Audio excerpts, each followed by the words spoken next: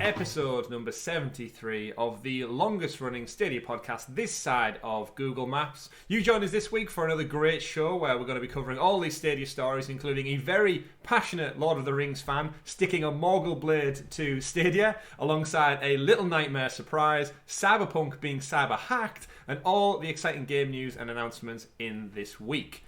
You're joining myself, Chris, my lovely two co-hosts, the techie teacher himself, Mr. Tom. Hello. And below him, the man of many pixels, Mr. Richie. Got a new keyboard, so I'm pretty happy.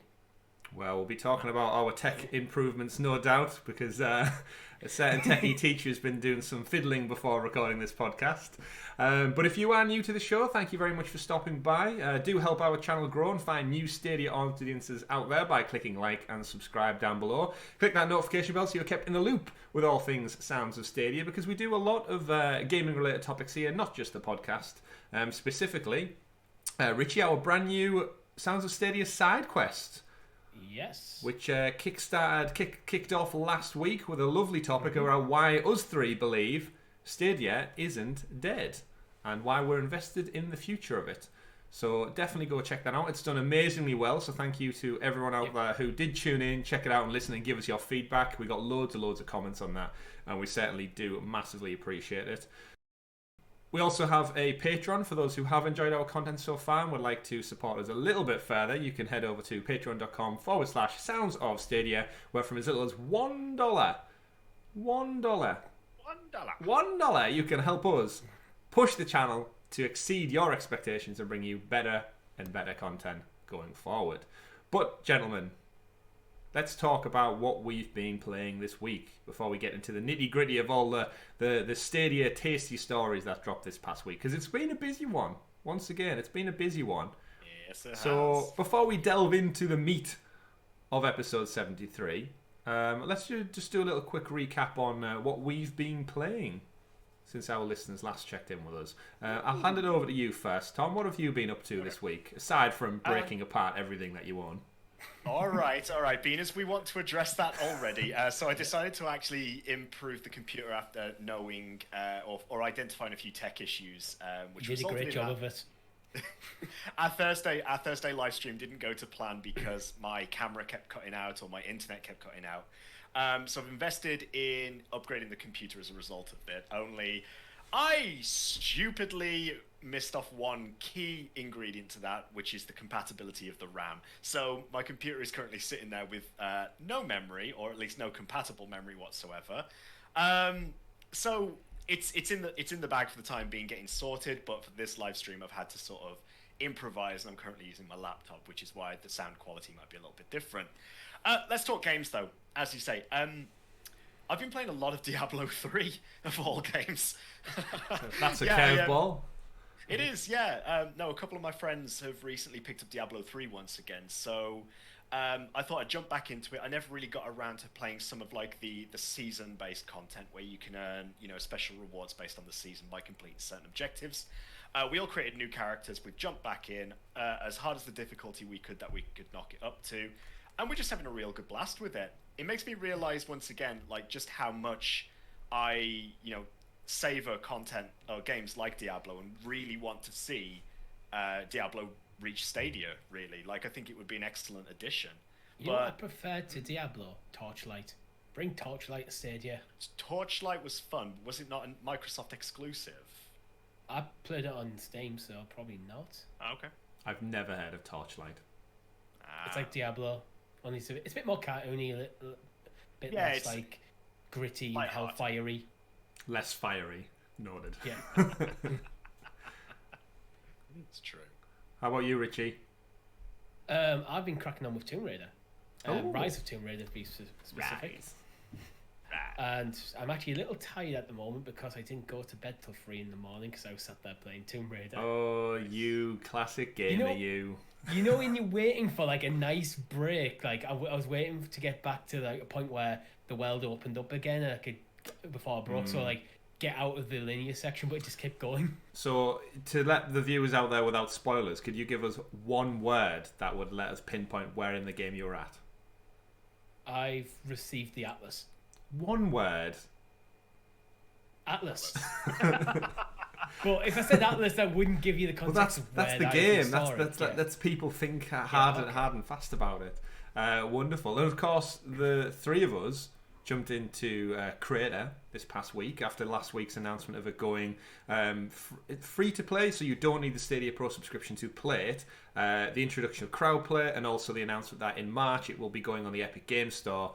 We thought, what better time to jump in with the lovely Stadia community out there and explore some of the new games. So we tested out a bit more of a Prop Hunt, which is a good staple classic. We did Hyperion. Hyperion. We played paintball, football, I think. What else did we play? We killed some weird robots. We did kill some weird robots. We basically jumped in and had a mess around of loads of different games. We played Floors on Lava. We played our good friend Bryant's Flora's Lava game as well. And I played on hard difficulty because I didn't realise the ash landmarks that you could jump on. So I was trying to avoid them. That's just that. If only you had an atlas, Richie, to navigate the trials and tribulations of lava being all over the place. And we ran away from tsunamis as well. That was a good fun one to start it off. So if you're interested in Creator, we do have two videos on the channel. Actually, one where we play all the games, and one where Tom, our techie teacher, actually takes us through the coding element of actually building things within the game. So if you're curious about how to make stuff, definitely go check that video out from a little bit while back on our on our channel when things launched. It's because I'm thinking of launching and stuff. Planet, Atlas. Random words are hard. You're thinking about the launch pads we made? Maybe, yeah, something along those lines. But lots of fun to be had, and we did definitely say that it opening up to the Epic Games Store in the future with cross-play and cross-progression is going to be huge for that game. Once the modders of the PC world get hold of that, it's going to explode with creativity. So keep your eyes on it. You've got it for free whether you're a Stadia Pro member or not. So definitely go ahead over and check that one out. And myself, I finally jumped into Celeste. For our lovely viewers out there who enjoyed our Monster Boy series and watched me endure many, many weeks of pain, you'll be happy to see I jumped into Celeste, which comes with its equal highs and lows of excitement and pain. You'll definitely find out. But I suppose, gentlemen, let's dig into the deeper stuff. Tom, do you want to give us the super sexy special Stadia story segment, aka the news. And the news this week is sponsored by another new Patreon. Welcome to Mr. James TW for joining us over on patreon.com/Sounds of Stadia, just like you can, where he benefits from exclusive chat and exclusive early content. He gets Richie's exciting new show SideQuest up to 5 days early as well. So thank you very much, James, for joining the team. We do appreciate having you by to help support our content as we grow the channel more and more. And Fest Story of the Week, we covered this 2 episodes back now. Was it 2 episodes back or was it just last week? Time flies so quickly. Time these does days. Indeed fly. So a certain individual, a certain developer of a game, we brought you the news that Terraria was rated for Stadia. We sang its praises last week, Tom. I think we sang them on the Sunday at the time of recording, and then as soon as the Monday came around, less than 24 hours later, the gentleman in question lost access to his Google account, or he's lost access for some time, but essentially, in a nutshell, this guy isn't happy because he cannot watch Lord of the Rings in 4K.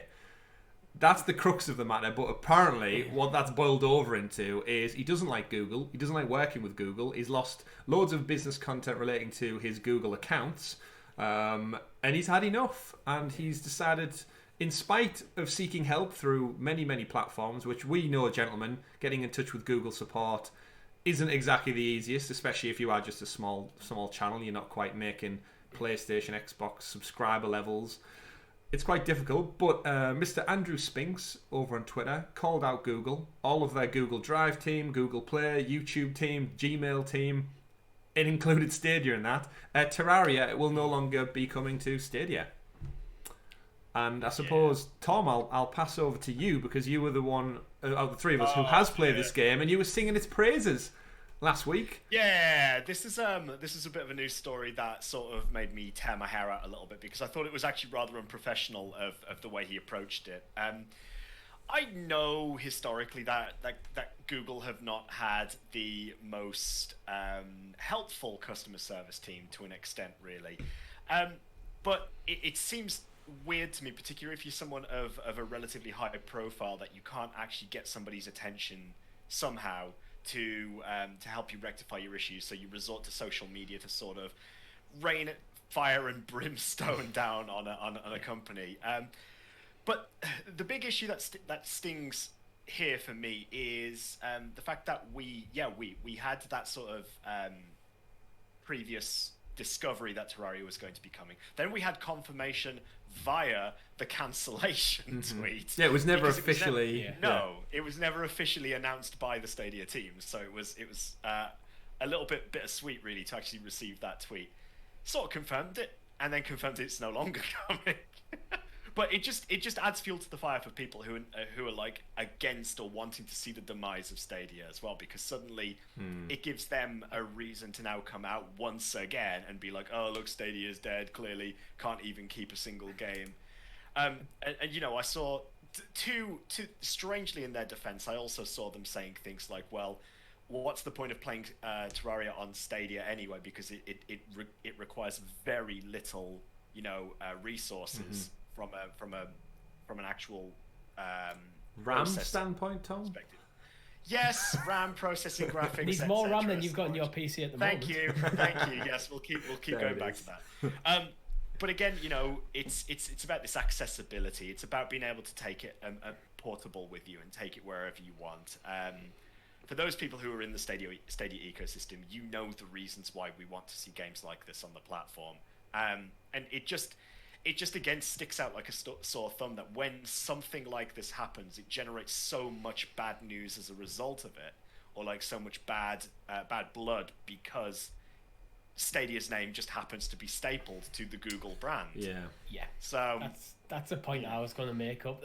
The annoying thing about this is I actually kind of get his frustrations on this, because I would be pretty annoyed, and my business isn't, well, actually this business is tied up with Google's full of Google accounts, but it's the fact that this isn't Stadia's fault. This is Google's fault, and now Stadia and Stadia players are getting hit by this.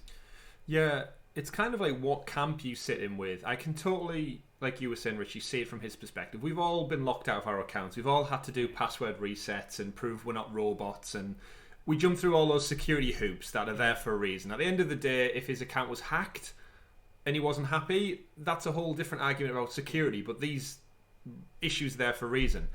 Then again, I can also see it from the gamer's standpoint, where they're saying, well, now we don't get to enjoy your game. So is that benefiting you, Stadia? Like, is this going to have a dent in the massive conglomerate business that is Google? Because at the end of the day, the game is still available on the Android Play Store. So if this is his message to kind of stick it to the man, but you'll still keep it on the Android Play Store platform, you're not really driving home the message that you're trying to make, in my opinion. My initial reading of it was that he's basically done this, went to Twitter after this was apparently going on in the background for several weeks of contacting Google, getting bounced around from department to department.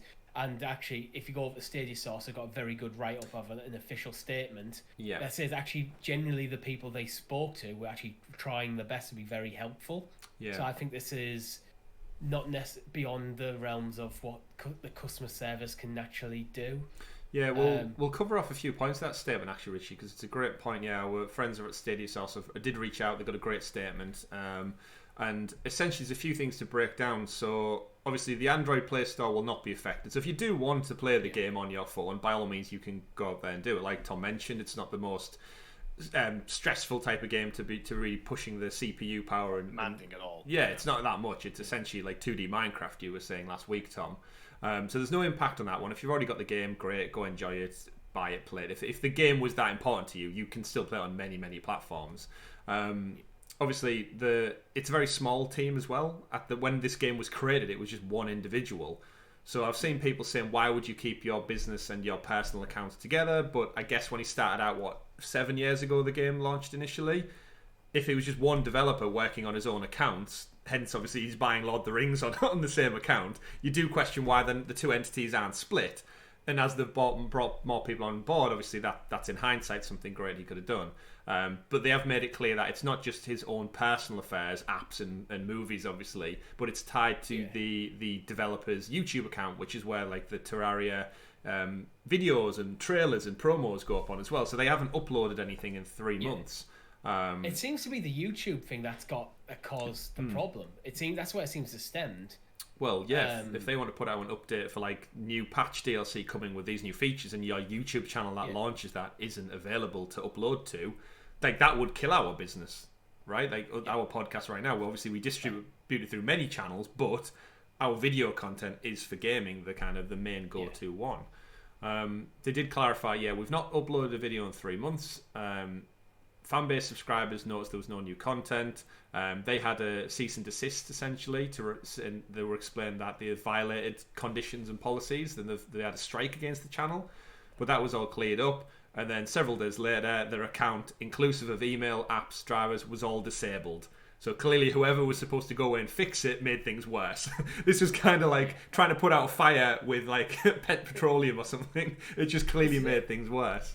It seems like they were getting told one thing, and then what was happening was something completely different. They're getting told, it's fine, we're looking into it, everything, we'll get this all smoothed over, and then suddenly the account's gone. It's like, what? It reminds me of that meme of the guy sweating with the 2 buttons to press, and it's like an intern in the office with like unblock account or delete account, and it's just like, it's Baby Groot at the start of Guardians. Yes, it is. Should he press the button or not? No, don't press that button. It's the end of Guardians too. It's like, no, that'll kill us all. Push this button. Yeah, but has anybody got any tape? You are right, obviously, Tom, and saying like, is this the right thing to do? Of like him taking it not out on the gamers, but suddenly going back on a game that's probably been in development for like they will have put some effort into porting it to Stadia. And obviously, as a business decision, you think, well, it's going to hurt you. You're the one losing out on money. Yes, you can't access your movies and your apps, but like I'm a believer in something like this will get resolved eventually.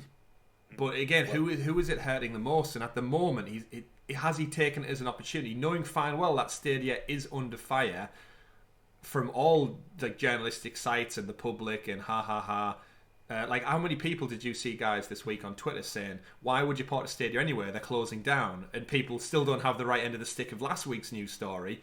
And this just adds more to the kind of the public mindset that Stadia is about to go. And then this is like, well, you've saved yourself there by not porting it to Stadia. And it's like, no, that's not what's going on, everybody. Yeah, I don't think the two stories are linked. I kind of think that he's tried to go through for several weeks, going through all the proper channels, and eventually got to the point where he's kind of been getting. Imagine how frustrated you would be. Yeah. Getting angrier and angrier day on day until eventually he's went, you know what, I'm going to take this to Twitter to put pressure on Google. Yeah. Because I've tried to do this professionally and they just keep making matters worse, or just nothing's changing it. Must be feeling like they're just almost being like, oh yeah, it's fine, just like kind of dismissing him as like, and now he's made it public, and that's to put pressure on. That was my reading of it. But I can sense the frustration, like I understand the frustration, but it's almost like a hostage situation there, where they're holding up one arm of Google to. It's like cutting your nose off to spite your face, basically. That's how I see it. It's like you're sort of taking it out on arguably the biggest sort of target, really, in a way, because it's like taking the everybody. There's a lot of hate and a lot of finger pointing towards Stadia at the moment, which is very misplaced, I suppose, in a way, and people are now using that as an opportunity to jump in and do things like this, where it's like suddenly you're pointing the finger and taking it out on the one arm that probably needs it the most, realistically. But it does beg to differ on a different side of this, how far along the development of Terraria coming to Stadia actually was. Which is something we haven't really considered, because we only really got like the rating information recently, followed by this news story. But if we're at the point where he can just turn around and say, right, no, okay, that's it, it's cancelled, scrapped, whatever, I wonder how much of a desperation attempt it is to try to get the account resolved, because surely if the development was quite far down the line, it would seem like quite a waste of resources to throw it away it depends on how much it costs because the game's already developed. It's just more the porting, True. and it's a relatively simple game. So I imagine it's not like porting something like a Cyberpunk over. I imagine they might have looked at it and go, yeah, we can actually just afford to take this loss, and it not affect the company in the long run. It's interesting to think of the inner workings of like how he did not have a direct link to Google Communications. Like if he's got a contract with them clearly for a game to develop for Stadia, he must have had a line of communication with someone at Stadia to say like, oh, the game's good to go, it's ready to live, it's been rated. Could they not chase up the ladder to somebody? I'm assuming before, because it does say in the statements that it's like, I think it's like 3 or 4 weeks this has been going on behind the scenes. So I'm guessing he's probably reached out to every single contact, every customer service hotline he could probably think of. Yeah. Him and his team have probably been working. I'm giving him the benefit of the doubt on that one, that he hasn't just Kicked blew through his his lid and just went straight to toys Twitter. out the pram. Because you would, like, you'd reach out to your contacts straight away, wouldn't you? Yeah. Well, he can't. He's lost his Gmail. Yeah, we're never going to see the full part of the story. The only thing that sours this all for me, and I can, again, we've discussed it now at length, the all sides of the story. The biggest thing that always gets me is professionalism. And yes, he's obviously took it to Twitter. Could he have done this in a much better manner? I personally think he could have completely approached this with a tag Stadia. Say you're developing a game for Stadia. Tag community managers of Stadia. Reach out. It's all well and good getting the Stadia bandwagon involved, but he could have gone about this a lot more professionally. For me, the company could have put out an official statement that was well written and approved, rather than just him personally sending tweets. I can't watch Lord of the Rings. I'm not happy. The game's cancelled. Basically, the information that they provided Stadia source could have been written into a public statement, and that could have been put out. I think it would have had the same effect that if he is trying to put pressure on Google, even if he has made a decision on principle to pull the development of Terraria, but in a more professional manner. Well, yeah, and that's I think the biggest thing for me, that this is why it comes from that, the intent behind the message. Is this just he sat at home, can't watch his movie, can't get access to his emails and his business, and it's like a drunken tweet at 3 a.m. in the morning that he's not really read through or thought about the impact of it? It's very Elon It's boiled over. Musk-esque. To me, it's very much seems to have a legitimate case, a legitimate grievance, but I think his anger's boiled over on this one. Yeah, and again, just thinking of put ourselves in his shoes. If us three lost access to our accounts for this particular channel, we would obviously go to Twitter, but I wouldn't think about dragging other businesses into it and other arms of a business. I would very much, like, collectively, we between the three of us all agree, if we post anything on our official Sounds of Stadia channel, it'll be thought out. We won't like, we don't delve too much into like politics or anything like problematic, because it's not necessary from our standpoint as a public facing business. Something that if we get like, I'm annoyed currently at Cyberpunk not working still. That's why I'm not playing it, because the game's glitched. You don't see me tweeting left, right, and center about it on Twitter, because I don't know. There's just, I always approach things in the public eye. We don't need to do that on Twitter. We built our own platform to moan about it. True, but you know what I'm coming from. Like any public-facing business, especially one who's developing a game for a platform, I do feel like it could have been approached from a much more courteous, professional, well thought out. And like you said, Richie, that the statement tells us everything we need to know. Yeah, he could have made the statement of Terraria's cancelled, but not from a petulant approach, kind of, in a way. I genuinely think everyone who's listening to this should go over to Stadia Source and read, because it's quite a good statement. It goes in quite a few details and various stuff that they've tried, and it's definitely worth reading if you've got any interest in this story at all. Certainly do. But kind of flipping from obviously bad news about games not coming, we've spoken at length about future titles. We did a post show about it before, where we discussed games that are in the pipeline. We know they're coming to Stadia, or we don't know they're coming to Stadia, and we'd like to hear a bit more about it. I know we say every week that we want a roadmap for Stadia. Apologies to those out there who listen to the show and think we go on about a roadmap all the time. But case in point this week, gentlemen, because we got Little Nightmares 2, the long-expected game from myself, from Bandai Namco. It dropped as a surprise announcement from obviously the Bandai Namco website themselves for the launch of Little Nightmares 2 on all other platforms. But it was also confirmed as part of the delayed weekly blog that it came on launch day as a Stadia Pro game. Yeah, so not a bad catch. Not a bad catch at all. Obviously, Tarsier Studios, famous for Little Nightmares 1. They made the Little Big Planet games on PlayStation Vita, and they've helped port some other stuff across too. I personally loved Little Nightmares 1, so this was always a game that was on my radar that we crept closer and closer towards the date, and they never confirmed it.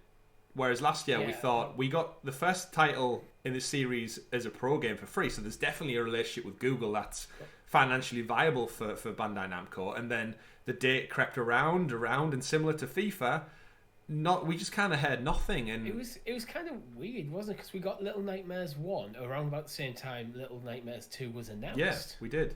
But with Stadia nothing. wasn't as part of the announcement. It's like it's logo gate all over again. It's like I'm glad it's coming, and I think we did speculate at the time that it was coming, but it's like, why didn't you just tell us? Like, yeah.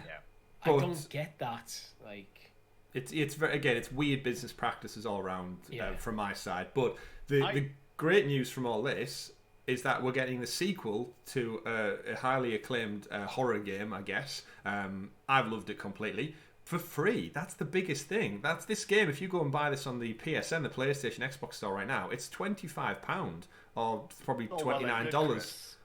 Yeah. It's all well and good unless you've already pre-ordered it on a different platform. That's the problem. Oh yeah, true. Pre-orders exist, so you're shooting yourself in the foot because people go, I like Little Nightmares. It's not coming on Stadia. It's not announced for Stadia. I can pre-order for PS4, for PS5, Xbox. You get to a point where it's too late, and like with no information whatsoever.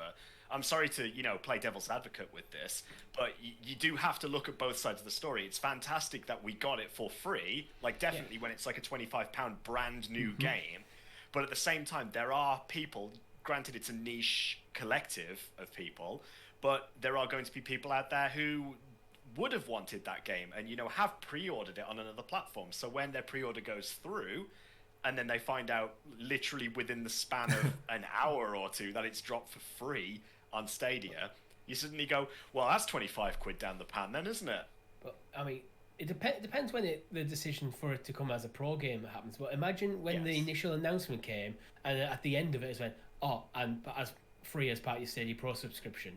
So it's announced for all platforms, but then you're told that you can get it free on Stadia. Yeah. That's a huge that's a marketing beat lost. Yeah. It's okay. I'd agree. Again, I'm playing devil's advocate. You do it. You put them horns on top. I'd agree. It is. Horny boy. But again, it depends. Wow. It depends on what the business deal looks like behind the scenes. Because if you create a game, you want to make sales on that game. You want to earn your your costs back. If you suddenly turn around and go, oh yeah, you can get it for free on Stadia, so don't bother pre-ordering it on PlayStation, Xbox, or PC. From their perspective, they're going to turn around and they're going to sit there and think, well, we don't want to advertise it's going to be free. I don't know. It's a really difficult one. It depends on the numbers behind the scenes. I can see for me, it would be a win for Stadia, but not necessarily for Bandai. Yes. It depends how much Stadia are paying them. Yeah. Well, again, it's these business things that happen behind the scenes, but the way I would look at it, it's what's best for the consumer, and obviously that's us three, that's our audience out there, and finding out ahead of time, because what's the time window for like cancelling pre-orders on other platforms? I don't personally pre-order digital games, so I just order them from Amazon if I want physical. I'm guessing it's once it's dispatched from Amazon, it's on its way, so you can't cancel it then. Obviously you still could return the item, but who's gonna go through that? I don't have time for returning parcels. I kind of think have I pre-ordered anything since I got Stadia? I think I might have pre-ordered Cyberpunk. Yeah, I know I definitely did. I did have my pre-order for Immortals Phoenix Rising as well, but then cancelled it and picked it up when it was in a sale in December for cheaper. So kind of glad I did that. I'm tempted to actually refund that because I've played less than 2 hours, and it's just sat there. And at this point, I don't know when I'm going to get round to it, and Ubisoft Plus is still into it. Oh, that's a good point. I have actually started. Now I've finished Valhalla. I started Immortals Phoenix Rising last night. So when we asked about what we've been playing, I neglected to mention that. But I'm having a great time. I've played about 3 hours so far, so very early doors. But the humor in there between Zeus and Prometheus, and the setting and the layout. It's such a palette switch from Valhalla, but it follows so many similar traits. I'm loving the puzzle solving. I'm loving the humor. I'm loving the kind of the very vibrant, colourful world. And yeah, after playing a couple of games in between as a palette cleanser, yeah, I really enjoyed what I've played this past few days. So seems like it's right up my alley. So I'll be probably giving updates as the weeks go on. But back to Little Nightmares 2, it is free, and I did play through the original game. So my intention, our lovely viewers out there, is this coming Friday. I'll get the date for you all right now. Friday the 19th. I think I'm just going to try and play through the whole game, gents. I'm just going to do it in one sitting. I'm going to crack open a few beers. You lovely people can join me in the chat, and we'll get through it just like I did the first game. Richie, I don't have a yellow anorak anymore because I threw it away. I got rid of it. Not ever planning to publicly wear a bright yellow anorak in public. You knew 2 was coming on I did. platform. The saving grace is the protagonist for this game is not 6 in the yellow anorak. It's actually a young boy with, I believe, a bag on his head, a paper bag. So keep tuned for that on Friday. But yeah, I'd love it if you could stop by and probably help me with the puzzles. To be honest, I'd imagine this, with it being a sequel, it'll be a slightly step up in difficulty from the original. It might have some different puzzle styles, but very much looking forward to playing Little Nightmares 2. I really, really enjoyed the first one. It's kind of like, it is a horror game, but it's also not quite like Resident Evil jump scare horror. It's a bit more eerie, kind of, I don't want to say Nightmare Before Christmas, but the art style is that kind of claymation, it's James and the Giant Peach, yeah, that kind of like Yeah. stop-start stuff. But it is very eerie, very, very eerie. Some of the characters from the new game, like there's a lady with a creepy long head that like kind of, it's a bit like Mrs. Smith from Lost in Space, where he's got the really creepy spider head, Spider Smith. God, Lost in Space was a movie, right? Matt LeBlanc, Wow, yes. Matt LeBlanc breaking away from his famous Friends role, and Heather Graham, I want to say as well. But yeah, I feel like you're right. Yeah. Heather Graham, God, Joey Tribbiani in space. Who'd have thought? But I suppose we should touch on with Little Nightmares. Not only is it free and it's pro, and by all means go claim it, everybody. It was ported to Stadia by Supermassive Games. So developed by Tarsier Studios, which we mentioned, published by Bandai Namco, but Supermassive Games, obviously, they have a contract agreement with Stadia to make an exclusive title that we're aware of. This isn't that game. In their on their own Twitter page, they put out that we were happy, we really had a great time porting this game over to Stadia. We'll be announcing later in the year what the next project is, and obviously that presumably is the Stadia project, alongside their Man of Medan, Little Hope kind of anthology, Dark Pictures anthology as well. So what do you gents think about them porting it over? I think it's good to show that the relationship exists, and still exists at this point as well. Granted, I know what we have to try to really be conscious of and keep thinking as we're moving forward is a lot of these deals are already done. A lot of these deals must be fulfilled because they're contractual obligations and so on. But it's good to see that Supermassive have a bit more involvement than just developing a new game, because it gives me hope then that we might see more of their titles coming to Stadia down the line. Any in particular, I mean, the likes of Until Dawn, and so on. Like you say, with the more recent ones, Man of Medan, Little Hope, and so on. House of Ashes, which is due to come out this year as well. We need some horror games, don't we, really? Well, we need some good old October titles. Well, yeah, they've been deadly quiet on Resident Evil. So, again, I think I mentioned it pre or post show last week, but the Resident Evil lady Demiscrew, whatever she's called, Demiscrew, I don't know. Yeah, the tall lady, obviously the Twitter accounts for Stadia have been having jokes with our friend Bryant again over on the crazy large size of this woman in comparison to some of the little tiny Outcaster characters. And I theorise that the Twitter account playing friendly with those images, from an official standpoint, I don't think an official Twitter account representing Stadia would reply or comment on something with another company's IP if they didn't have an existing deal. That's just me probably reading too much into the legalities of tweeting things and talking about things, but there's always that little crumb of evidence that's like, we know about the leak that you paid them to port it. So it's one of them. You kind of think that they know that people scrutinize this stuff. So are they just giving? Are they dropping a breadcrumb trail? Like just you can eat a little thing for you to nibble on. Exactly. Nibble away we shall. So you heard it here first. Resident Evil Village free on Stadia Pro in the month of May when it launches. I'm not putting my reputation on that one. No. But you never know. Little Nightmares again. £25 title. It's a bit of a stretch, obviously, Resident Evil, but Resident Evil free and Pro is £50 different AAA, to Little Nightmares. it would be a statement. It certainly would be a statement. A statement that does not involve account access, Lord of the Rings, Gmail, and other things. But I guess, lads, speaking of statements, the next biggest story of the week, after we got Tuesday's community blog was delayed. Wednesdays. Everyone expected loads, so it ended up dropping on Wednesday. And then, out of the blue, the Thursday update we usually get was pushed to the Friday. I completely forgot about this. I just thought that was the week's news done and gone with the Wednesday announcement.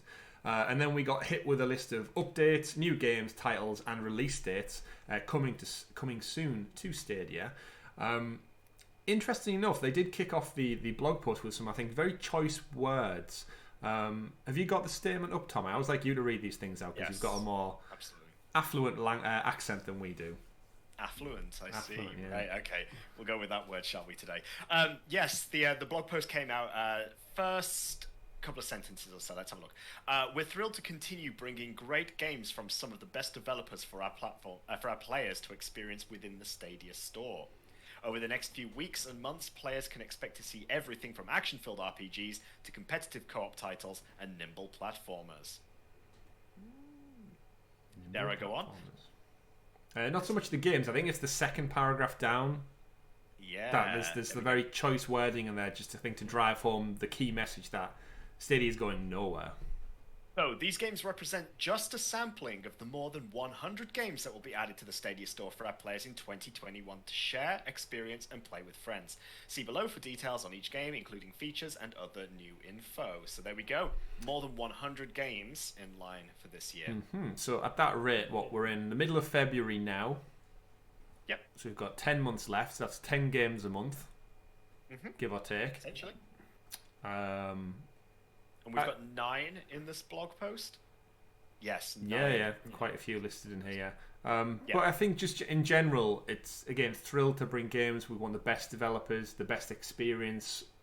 They can expect to see loads of content. I think they're just trying to get that messaging out there, because obviously the community has expected some kind of big announcement about the news of the Stadia Game Studio closing. But I think we can all be honest and admit now that the statement about the studio's closing, that was their announcement. They're moving away from that. Yeah, this will not be addressed any time in the near future. Maybe this is like a John Justice interview in several months detached, half a year's time away, when they've finally got more exclusive deals in under the belt, I guess. E3, whatever E3 looks like this year. I've seen the E3 commissions board are trying to pull all the developers together for a centralised thing this summer, and everybody's just going to go the separate way still, in my opinion. Why would Ubisoft and EA want to be involved with E3? It's the money revolving around E3, I think, is the problem. I think they charge like a 6-figure sum to be part of it. They don't need them. They showed that last year. They're irrelevant without a physical presence. Yeah. So I think it makes sense when you got a physical presence, but the amount of money they charge for what it offers when you could just have your own. Exactly. But I guess back to the blog post, like Tom said, we got a bunch of games, we got a bunch of dates, more importantly as well. The first of which dropped was Shantae Half Genie Hero Ultimate Edition, which immediately when I saw this, I had to double take and think, is this Monster Boy just in a different vein? You play as a half genie, I guess. Is the best way to describe it, from Way Forward game developers, and it's a full HD remake adventure of you basically play as different characters, exactly the same as Monster Boy, different creatures to traverse a 2D colourful world, from beaches to tombs to catacombs, all that kind of stuff. Have either of you heard of this series before Friday? Yes, I've heard of the series. I've never played a game. Likewise, I've seen the Shantae games on every single platform to date. For the past couple of generations, this this series of games has been on everything. I'm not really sure why it gets flagged up in my to watch list for any particular reason, but as you say, you are quite right with the idea of it being similar in terms of playstyle to Monster Boy. So Chris, you might have a few titles on your hands and you have to start working through in the near future. Even just the opening part on the trailer is a beach environment with these sandy platforms, palm trees, and it's literally one for one the first level of Monster Boy almost. But obviously I don't know which game, because this is a remake from a classic title. So the first Shantae game was released in 2002. Right, well, Monster Boy is Genesis, isn't it? So it's yeah. Yeah, so similar era then. 2001 Genesis. 2000. Oh, sorry, I'm completely getting. It was released in the Game Boy Color. That's what I'm thinking. Oh, right. Yeah. I remember there being a Game Boy Advance version of it as well. Yeah. So it's been around that long. That's what I'm saying. It's quite a long-standing franchise. Interestingly, though, there wasn't a game released between 2002 and 2010. So it was really I'd say 2010 is when the series started actually kicking off, because it was 2010, 2014, 2016, 2019 of when they've had releases. Yeah. Half Genie Hero was 2016. Right. So I suppose this story kind of is bookended with the news that they also announced at the same time Shantae Risky's Revenge director's cut, which by the looks of this particular title, this is more of a remake from the 2010 handheld game, which did get IGN's Game of the Year.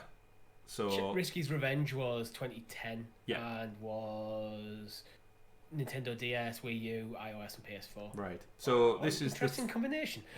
Yeah, it's so weird, but again, I can't believe I've never heard or even seen any of the artwork I'm looking at. No clue.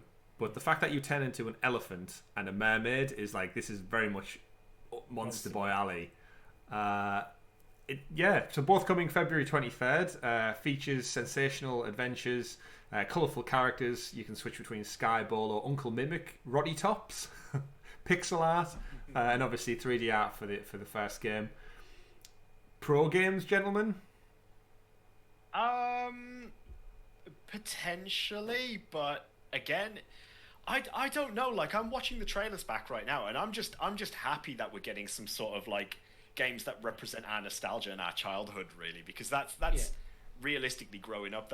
These are the kind of games that we know and love. Granted, we didn't get the chance to play them then because we were so into our Sonics, our Marios, our Crash Bandicoots, and so on. Yeah, we didn't know it existed. Yeah, I know. It's bizarre. It's bizarre, but I suppose it does have the potential to be a pro game, and with a 23rd release date, I just hope they don't pull the wool over our eyes and do a 23rd release date and then pro as of the 1st of March. I mean, just a week later. I mean, we've all been there. I can almost see Risky's Revenge being a pro game and not Half Genie Hero, with Half Genie Hero being a full remaster, where Risky's Revenge seems to just be a port. Interesting. Yeah. Good tactics. Or they could just do the opposite. They give us the newer one for Pro and make us buy the original, like they did with SteamWorld. Yeah. Which was a bit back and forth. SteamWorld Dig 2, here you go. I was like, what about one? I'm still drawn more towards the remaster of Half Genie Hero, I think, than Risky's Revenge. Even though I do have a soft spot for the pixel art, it just looks a little bit janky and 4x3 for me. Was it pixel art, or was that just the sign of the times? Nintendo, the Nintendo DS. Probably that exactly. But yeah, so following on from those two game announcements, we also got It Came From Space and 8 Hour Brains. Very long naming convention there. This particular title is from Triangle Studios. It's essentially, the way I described it to you two was, it looks exactly like Dead Nation or Alien Nation if you've played it on the other platforms. This one's a little bit more blocky, to say the least. It looks like you play as some Minecraft-esque characters as a twin stick shooter, taking on all these kind of pinky purple amorphous blobs of aliens that are invading the world. And co-op action shooter, top down, well, asymmetric, I guess, top down twin stick. Played an exciting campaign mode with 4 players locally, so no doubt we will 100% be doing a first look or a Thursday night live stream of this. Slay endless waves of aliens, protect humanity as one last stand, wield powerful weapons, special powers, maximise your abilities, and wreak mayhem on the Brain Eaters while vibing to an incredible techno soundtrack. So this personally, I feel like I would rather play than the other two right now. March 2nd as its launch date, so again, pro title. Second, too late. Oh yeah, but to be fair, we did get Little Nightmares like halfway through the month. Yeah, we can't just assume everything's going to be a pro title if it's an indie game. I will. Well, again, I'm conditioned now to not buy them because I'm happy to wait. Yeah. Unless it's an indie title that's like, oh my god, you must play this now. Yeah, I'm just going to cruise along with my pro sub and pick it up in a few weeks' time, is my plan. I wouldn't be surprised if it's a pro title, but it doesn't necessarily mean it's going to be a pro title now. But then is it engaging me enough to want to put money down on it? Probably not. And then this does go back to a wider conversation with the community that these games are great, but I'm going to say, are these the type of games that the platform needs right now? They're great to flesh out the library, but is this doing anything to pull new people in? If you look at this list of games to someone who doesn't have Stadia currently, what's the pull? Obviously, like Little Nightmares 2 is huge. That's a great get, especially if they're looking to buy it. I messaged my brother this week saying, like, don't forget to claim your pro games because this month and last month you're getting Journey to the Savage Planet and Little Nightmares 2. That's a great 2-month back-to-back merit. But with all these titles, like, again, it kind of goes back to as we creep into 2021, we're getting older games. Yes, we're getting remakes, we're getting HD remasters. When are we going to start to see some movement on Warner Brothers games or otherwise, like other third-party developers that are out there? I did see a snippet, I think it was from Gem this week on Twitter, that found source code in the Warner Brothers Hogwarts Legacy coding. Did you see there was one mention of Stadia, just the one key word in there, and I can't imagine the word Stadia dropping into any form of coding just coincidentally. So I think it was meant to be like a logo or something, like a placeholder for logos. Possibly, yeah. So that bodes well for the future. But it just, I like that we get these games. I do understand them as part of the blog post, but I think just reading through them back to back, it's kind of like, I hope we're not just glamorizing them for the sake of their games coming. Yeah, I think what they're trying to do at the moment is they're very much trying to sway away from the steady games and entertainment news, like you said before, and bring the focus back on these third-party games. But like you say, I still feel like the indie scene, while it's great to support indie devs and try to build up, a good library of indie titles, I am still with you that I feel like it doesn't do justice for the platform at the moment because it's not what you're going to need to grow the base. Yeah, I don't think many people go to get invested in a platform for the indie scene. They invest for the other stuff, and then the indie scene is there as well. They got the Half Genie Hero remaster on Stadia? No, I've got to get in on that. I think back to the Switch. The Switch did really well in the indie scene, but it also had Breath of the Wild, it had Super Mario Odyssey. We knew like things like Mario Kart was coming, we knew that Smash Brothers was coming. These are system sellers. Pokemon. And then they're also first-party titles. They had some massive first-party titles. It doesn't necessarily the games don't necessarily have to be first-party, but when you finish Breath of the Wild and you're going, okay, what's next? So this game's coming out in a couple of months. Yeah, I'll look at the indies. Yeah, it's a big one, and again, when I think of like all the games I know other people are playing, you've got loads of people obviously playing Control right now because of the free PlayStation Plus thing. Xbox dropped the Medium last week for better or for worse, but I just think Mass Effect trilogy is coming to last gen, and it's not mentioned here. Bioshock titles, there's a new Bioshock game. The trilogy exists out there. The Arkham collections, they're all these big evergreen titles that are like big staples in the kind of the gaming world. I just think we need more of that sprinkled in with the indie titles. Are great, like you said, Richie, to kind of prop up the library, but we still need those flagpole ones. We've been saying for a while that they need to be hitting the major third-party titles. They do, but at the same time, if we're going to go down that indie route as well, we need to be looking at what's popular in the indie titles right now. Like quite frankly, we've missed the Fall Guys train now. Like that they're on season 3.5, moving up to season 4, and at this point, Fall Guys has lost the traction that it originally had. Right now on Steam, there's a game called Valheim, which is gaining traction. They've just marked over 1 million players. That's a 10-player Viking survival game, which is doing incredibly well. Has incredible, reviews, and it's titles like that the game acquisition team or whoever it is behind Stadia needs to be looking for those and trying to almost predict what is going to grow to try to get Among Us doing well? Because Among Us will work really well in Stadia because of... Among Us is one of these titles that particularly as a teacher, I can tell you that kids play on their break time. They get they'll have like a 5-10 minute game of Among Us, and then that'll be it for the most part. It's not like your Minecraft where they sit in and they can put hours into it. Among Us is just one of those titles that I think it's going to maintain a sense of popularity. Yeah, I'm thinking with Among Us is quite a big hit with the casual gamer market.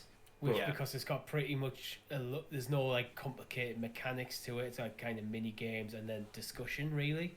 Yeah. So people who aren't gamers can jump on the phone while someone else is playing through a Chromecast or on a laptop. And again, with Among Us though, it is free on mobile already, through the Android store. If you get it on Steam, you pay for it.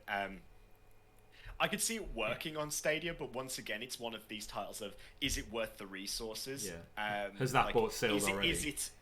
Is it already going to grow the player base and the platform, or is it already so accessible on other platforms that it doesn't really matter? Yeah, certainly. It's weighing up all these things. I'm probably just wanting it because so we can play on the Thursday night. Yeah. Well, I suppose linking back to the games list that they did announce, we did get the announcement of Hellpoint, which I think is one of the only games that hasn't been caught by the ESRB ratings ahead of time. Yeah. Tiny Build publishing it, Cradle Games making it. You two gentlemen described it as it looks like a sci-fi Dark Souls. Seems to be that way, yeah. So this was announced, obviously, I think it was announced on PlayStation stuff about 6 months ago. Interconnected, massive world, full of mysteries, hidden pastures, secrets within secrets, fascinating new sci-fi, reminiscent of classic sci-fi movies. I got big alien vibes from this trailer.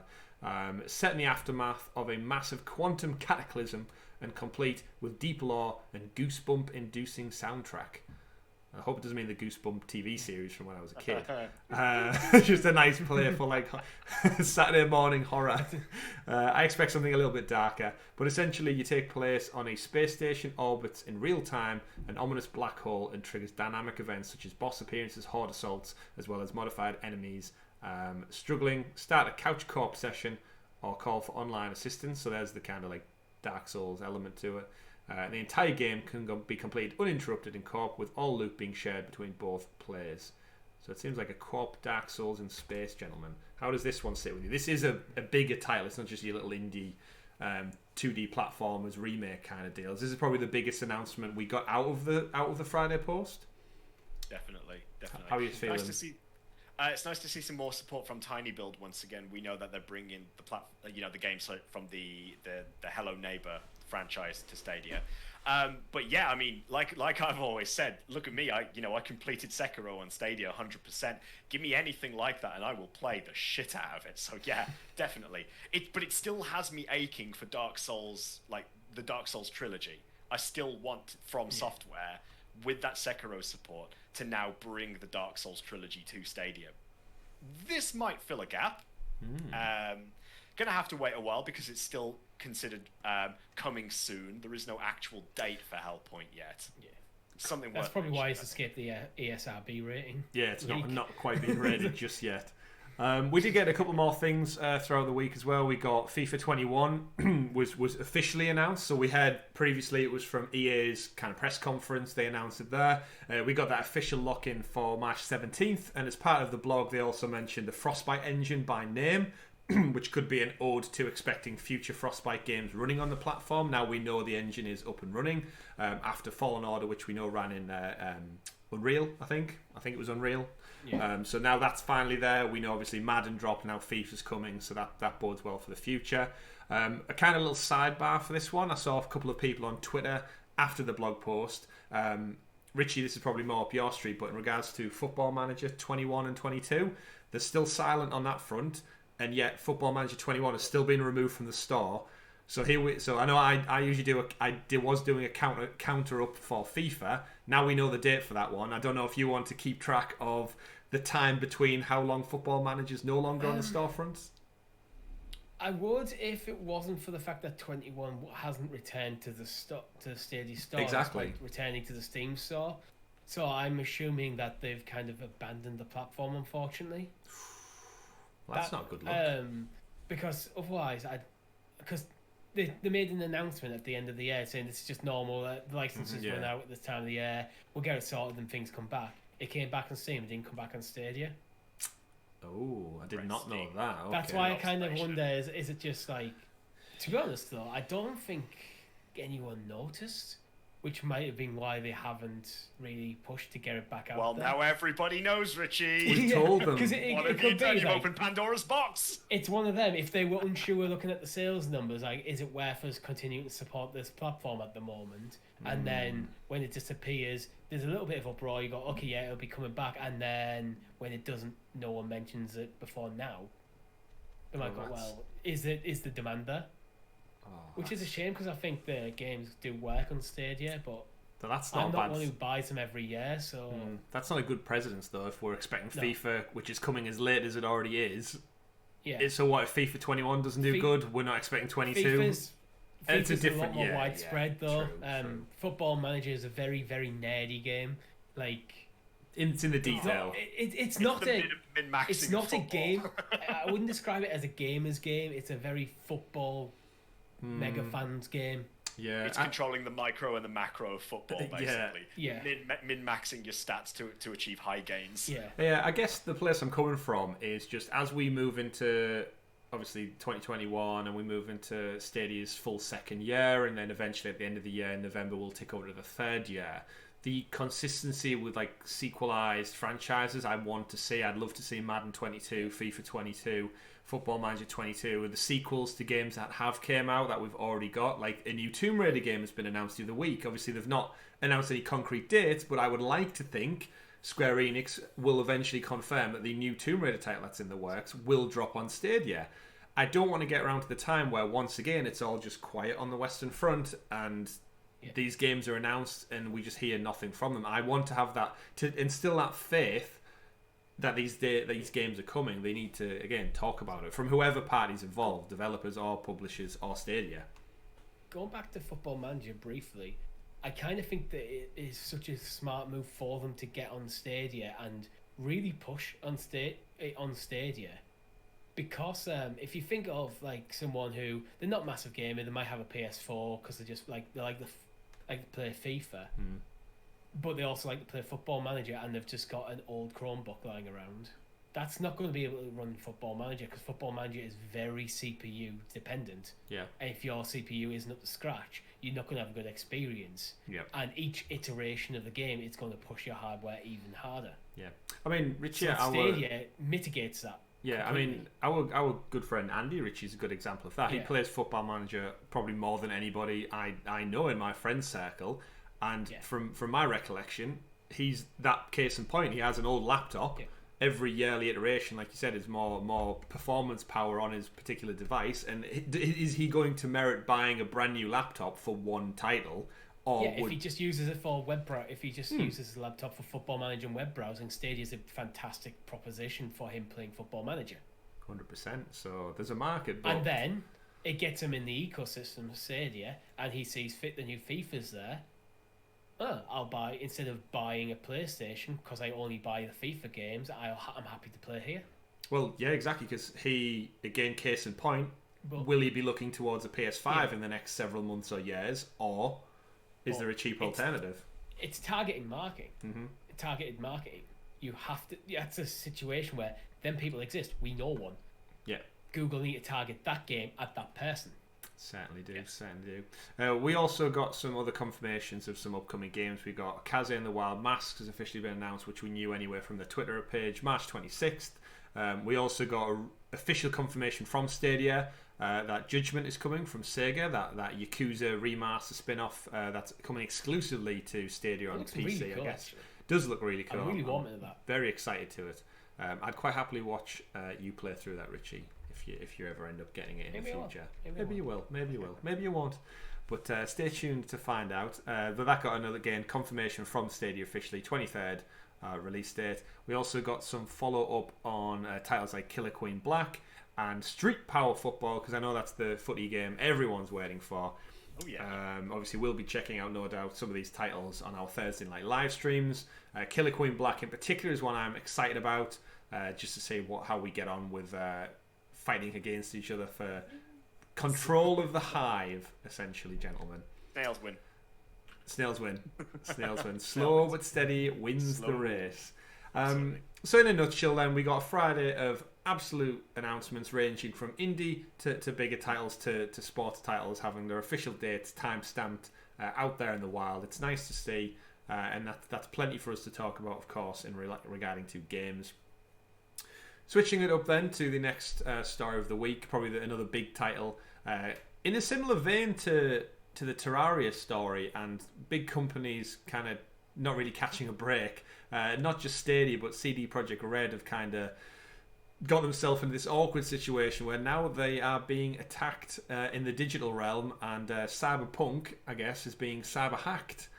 And it was reported earlier on in the middle of the week that they'd been reached out to by essentially like digital terrorists, I guess, and they took all the source code, or they've got the source code for Cyberpunk, an upcoming Witcher title, Gwent, and a bunch of other internal projects, along with user data and a bunch of other stuff. And essentially, they were holding CD Projekt Red at ransom for it. And the update has been that at the end of the week, is the source code has been put up for auction. It's been sold, so someone out there on the dark web has bought it. I don't really know what this means. I don't know all about the coding and digital crimes as such. It seems it's very much a cyberpunk story of like the year 2077 when everything's done through. Break it down for us, Tom. What's going on here? Educate you a little bit here. So the dark web exists as well as the World Wide Web that we know and love these days. Essentially, you just need a different browser to access it. It still exists out there. It is still accessible by anybody. Like by Firefox. means, but it's yeah, just not Firefox. There are other browsers you can do your research in your own time.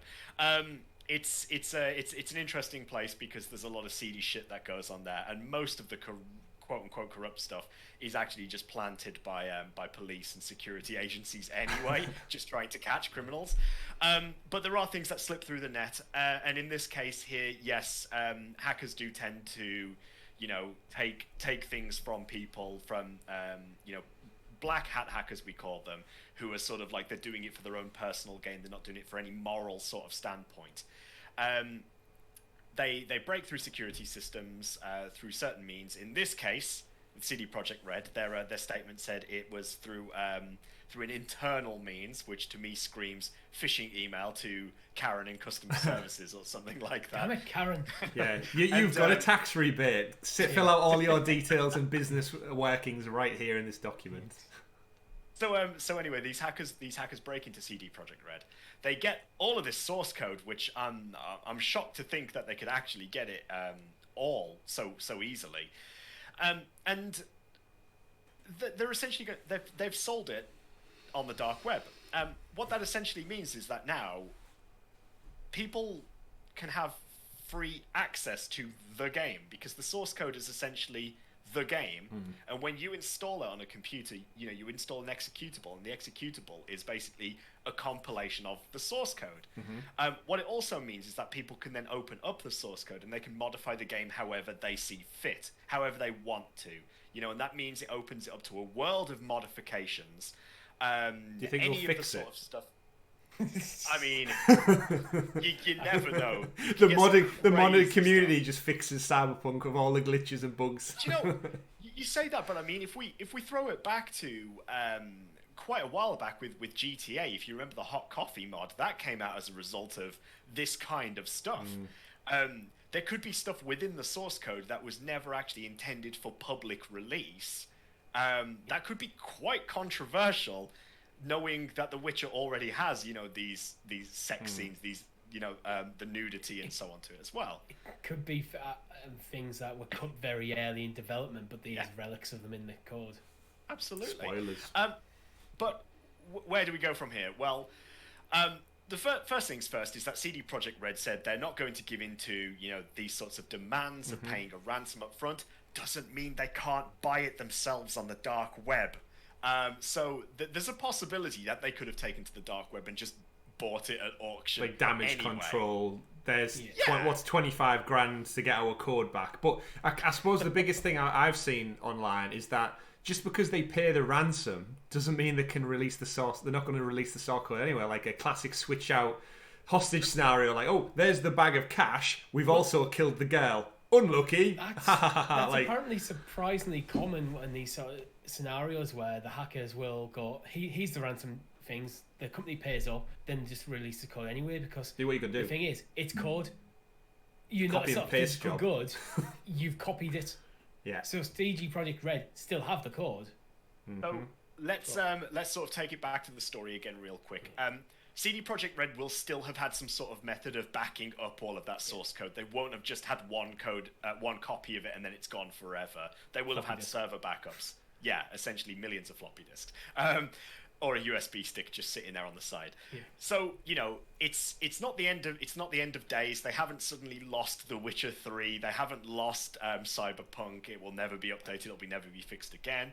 But one of the interesting things that came up from this, which, Chris, I'm sure you'd be interested in talking about, is there was an unreleased version of The Witcher 3 as well. And rumors had it that it was going to be a next-gen upgraded release, sort of like, your Ultimate Edition, your Complete Edition, or so on.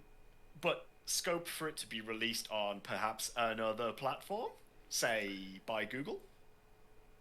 Exactly. A cloud platform is obviously something we've theorised, especially with Cyberpunk being ported by a separate studio which worked in tandem with CD Projekt Red. It would be great if The Witcher 3 could make its way. Well, yeah, it would be great. It could be a next-gen port, and with plans to bring it to cloud platforms. I mean, let's be real. In amongst all of the shitstorm of Cyberpunk's release, where has the positive news of Cyberpunk's release actually been? Stadia. So it might be to CDPR's sort of point, direction, really, to maybe focus on that relationship somewhat and try to build on that relationship. And I mean, I'd be hopeful for it, and I would support fully with it. Still got plenty of The Witcher 3 that I need to play through, and I'm happy to start again. Certainly. In regards to all this news then, gentlemen... I'm literally wearing the right t-shirt for the story. Coincidence. A quick poll vote. Which account story is the harshest one? Is it Terraria guy can't watch Lord of the Rings and is banned out of his Google account?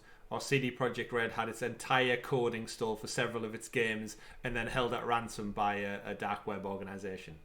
Man, it's not been a good news. I feel sorry for CD Projekt Red on this, because regardless of what you think of Cyberpunk's release, this is completely unprovoked.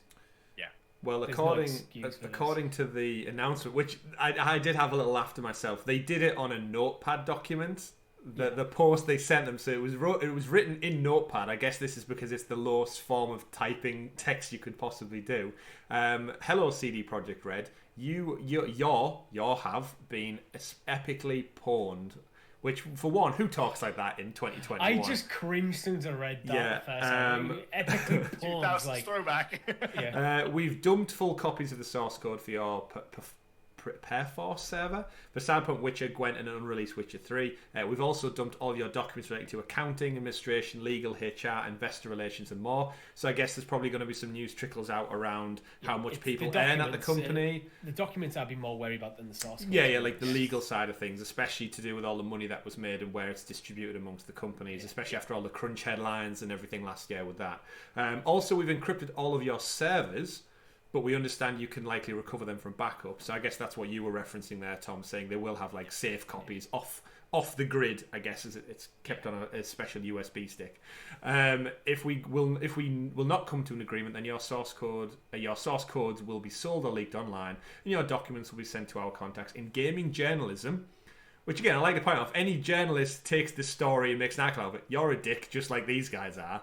Like publishing an article. Yeah, I mean, any professional journalist out there works for a reputable site. Then maybe he's Billy Blog, who's got his own little tiny startup thing, has the money to get his hands on it, I guess. But I couldn't see the IGN and Kotaku taking this like an email and making an article out of it. All it takes is for one journalist in a less reputable site to publish something, yeah, so then, share it with the IGNs, and then the IGNs will cover it then. It's just news on news on news, yeah. Yeah. But it's essentially their argument to this is your public image will go down the shitter. This is what makes me think they're English, by the way. The use of the term shitter. I don't think that's like a widely used thing around the rest of the globe. Shitter! It's gone down the shitter. Yeah.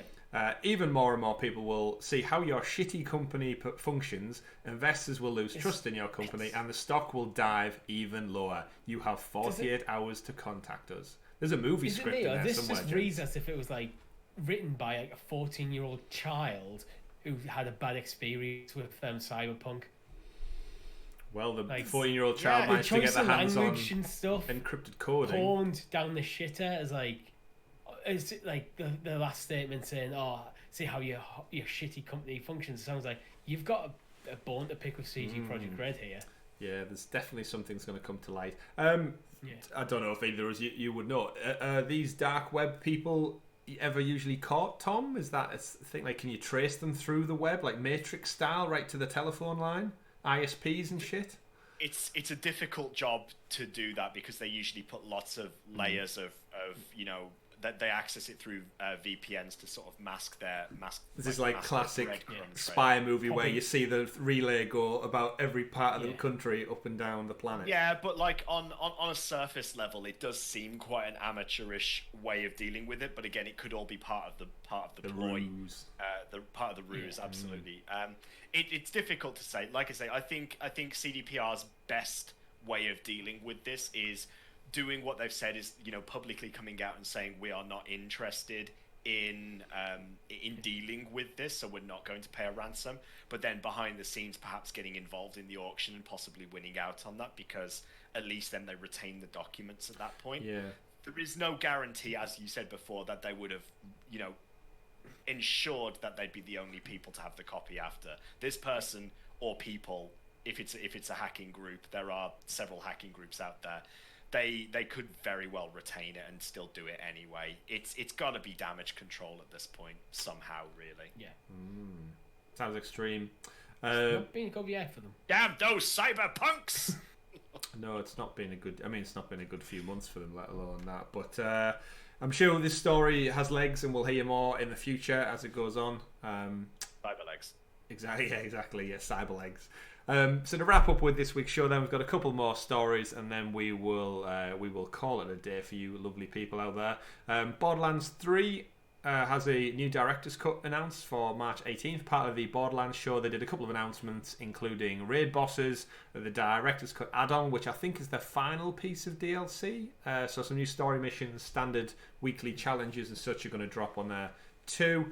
In line with news of Jack Black playing Claptrap in the movie, and also Tales of the Borderlands is coming back out, obviously not on Stadia. We've said a couple of times how we'd like to see these type of titles from the old Telltale studios make their way across. But yeah, just Tom, you're probably the biggest. Well, actually, Richie, I don't know, you're quite big on Borderlands as well, but not so much 3. I don't feel like 3 landed with either you two as well as Gearbox would have liked, but let's do anything for you. If playing, I'm glad it's been supported. I'm probably not going to go back anytime soon. Jack Black is not Claptrap though. That's bad casting. Well, I guess that's a weird thing because the obviously Claptrap isn't a human, so could they not have just got the voice actor for Claptrap to play Claptrap in the movie and then just have that perfect transition? The Borderlands movie is screaming massive Jumanji remake to me now. It just seems like it's going to be such a piss take. the way that the Jumanji films have been done recently. The problem is, Jack Black, for me, he's too much of a character himself. That he's not one of them actors who disappears into the role. You know you're watching Jack Black, and I think if Jack Black as Claptrap, you're just watching Jack Black. You're not watching Claptrap. I want to watch Claptrap. Claptrap's awesome. Yeah, I mean that guitar game where what was it? What was it called? The game Jack Black was in for like PS3. Brutal Legend. That's the one. I mean, he literally game. It is a great game. He literally is just Jack Black in that as well. One of my first Xbox full achievements. That was 1,000 Gamer Score. Wow, that needs a remake.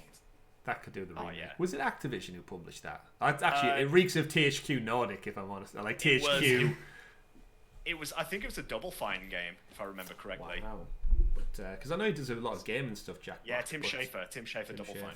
Wow. So that new Borderlands content, go fill your boots. If you're out there in the world of Pandora, go enjoy that.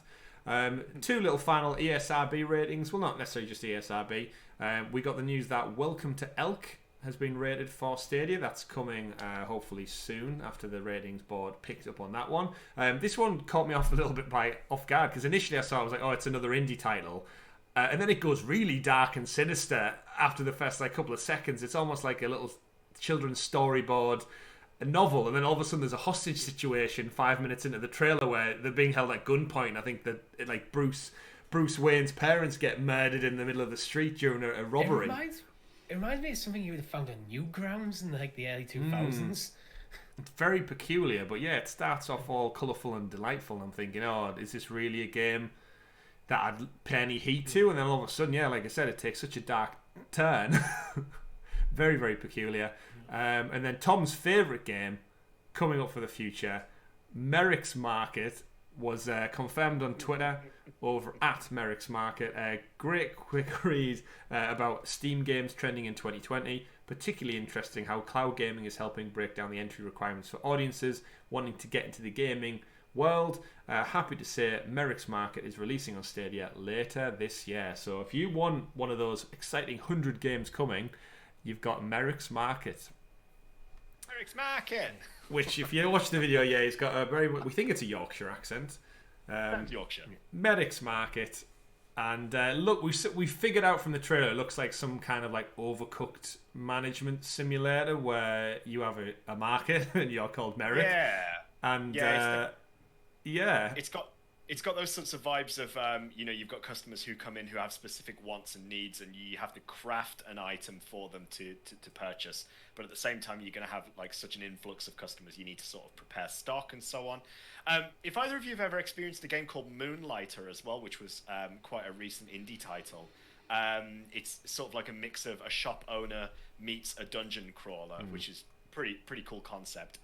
Gives me some vibes of that as well, but at the same time, it seems quite basic and a little bit, I don't know, just at the moment. So it seems a bit like it's trying too hard to be other games, and I feel like I feel like we're in a difficult position in indie games, when indie games try too hard to be other titles. When you see a game trying so hard to be like Overcooked but with its own sort of skin on top of it, I sort of feel a little bit like you're a bit of a try hard. We kind of the same thing with Get Packed, where there was 3 games very, very similar coming out basically the same time. But that's when they're developed at the same time, when they didn't know about each other. When there's a game that already exists and you're sort of imitating the style or the genre of it, really, it seems a little bit like you're just trying to write somebody else's. It starts feeling coattails. like, rather than any sort of creativity, it starts feeling a bit more like shovelware. Yes. Well, this goes back to my point earlier on, where it's great we're getting new titles, but how much of this is this 90% entry level, less than £10 indie games that you can play for a few hours and then put down, or is this staple, recognizable, big hitters essentially? It's like I've said before, I don't want to see the Stadia store become another Google Play store, which is just inundated with crap. I don't want them just to be acquiring games for the sake of acquiring games. That's not good. It's quality over quantity. You don't want to be publishing games on your platform just for the sake of marketing over 100 games, over 200 games coming this year. Yeah. Especially when you don't have a search bar, because the more shovelware essentially that drops on the platform, the harder it is to actually find the quality titles, because they get lost in the masses of lists that exist. I feel a bit sorry for indie games in this episode because I think we've been a little bit negative, but I think it's more because we're getting all these indie games, but we've got some big AAA announcements that aren't coming to Stadia, or that we don't know coming to Stadia. Mm-hmm. So then it does feel like these are then filling that void, but they're not. Merrick's Market isn't Hogwarts Legacy. Mass Effect. It's not Mass Effect. Like, it's definitely not Mass Effect. There's a Mass Effect size hole in the Stadia library right now. I mean, you mentioned it with Nintendo earlier on, Richie, but like, it's great having these games, but the tent needs to be held up with a flagpole, and those flagpole things would be Mass Effect in March, Far Cry in May. But what's the new Arkham game? I've totally forgot the one where you play as the team. Rocksteady, Arkham Knights. That game in the summer, and then following that up, rounding out the end of the year with whatever the new Battlefield announcement is from EA. They are your big tentpole titles held up with everything else underneath indie to play. But right, don't shit on Merrick's Market. You know, it might not be Mass Effect, but it is Commander Shepard's favourite store on the Citadel. Mass Effect sorry, Market. Internet. I'm sorry. Mass Effect Market. But just like all of that news, obviously, our tentpole show that holds everything up is the Sounds of Stadia podcast. That's our core show that we bring you every week. And this has been episode number 73, interstitial with loads of other little things. We've got Richie. What's the topic for the side quest this week? We are going to be going into more depth on should personal problems affect professional issues. Oh, we dig in deeper on that Terraria story, are we? We are. Wonderful. So if you are a lovely patron over on patreon.com/sounds of Stadia, you can get the show up to 5 days early, so head on over there if you'd like to support the channel a little bit more, or just see our content a little bit more. And there's no adverts on Patreon, so go fill your boots. On the flip side of that, don't forget to like and subscribe to the channel, where obviously that helps us grow. It helps us find new Stadia audiences. So if you know fellow players out there who would enjoy this content just like you've done, by all means, share with your friends, comment, engage with us, post it online, do what all that magic you need to do is. Any final words from you two, gents? I think we've covered it. Hopefully I'll have my tech issues sorted by next podcast. Just on SideQuest, we are looking to bring that to podcast services, and it's already up on some of them, including Apple Podcasts and Spotify. Ooh, so we would appreciate your support. We certainly would. And check out myself playing Little Nightmares 2 this coming Friday, and any other streams we've got in between, because we've got a bit more time this week, I feel, and we probably do a couple more streams, and obviously join us on Thursday for our usual stuff. This has been Sounds of Stadia podcast, episode number 73. My name has been Chris. Been Tom. I've been Richie. We've been Sounds of Stadia. Have a great week, everyone, and reset your Google Play passwords. Goodbye.